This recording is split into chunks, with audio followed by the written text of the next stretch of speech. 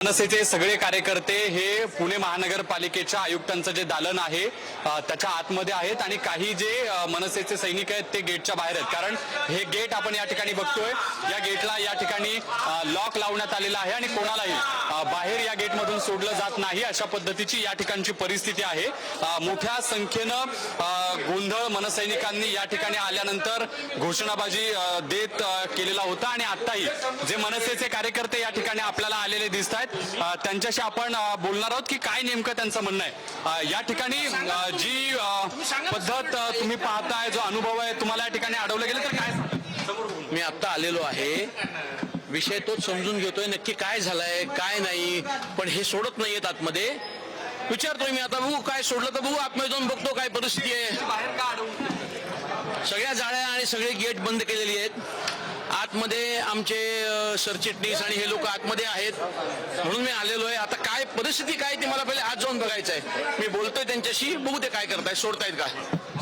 काही जे मनसैनिक आपण बघतोय ज्यांना या ठिकाणी अडवलं गेलं, या सगळ्या परिस्थितीमध्ये आत्ताही जे आंदोलन आहे ते आतल्या बाजूला सुरू आहे आणि काही मनसेचे जे सैनिक आहेत ते बाहेर आलेले आहेत। सुरुवातीपासून काही कार्यकर्ते या ठिकाणी होते, त्यांचं काय नेमकं म्हणणं आहे आपण या ठिकाणी जाणून घेण्याचा प्रयत्न करणार आहोत। जी भाषा आयुक्तांकडून वापरली गेली त्याबद्दल काय म्हणणं आहे तुमचं?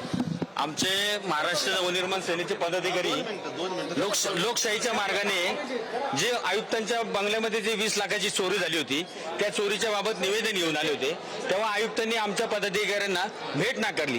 बरं, फक्त भेट नाही करली नाही, इथे सगळा जो गोंधळ झाला, इथे जो वाद झाला त्याला नेमकं काय कारण ठरलं?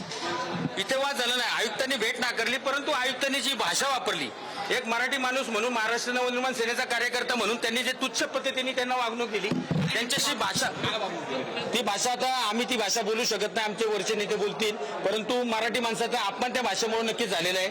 महाराष्ट्र आयुक्तांनी आता तुम्ही पाहता हे सगळं बंद करून घेतलेलं, बॅरिकेड बंद करून केले। लोकशाहीचा चौथा स्तंभ म्हणून तुमची ओळख आहे, तुम्हाला देखील आतमध्ये प्रवेश नाकारलाय। ही कुठली महाराष्ट्र, ही कुठली आयुक्तांची अरे रवी। ज्ञानेश्वर, तुम्ही या सगळ्या प्रतिक्रिया ऐकून घ्या, त्यांची भूमिका नेमकी समजून घेत राहा। तुर्तास धन्यवाद तुम्ही दिलेल्या सगळ्या तपशिलांसाठी। आपण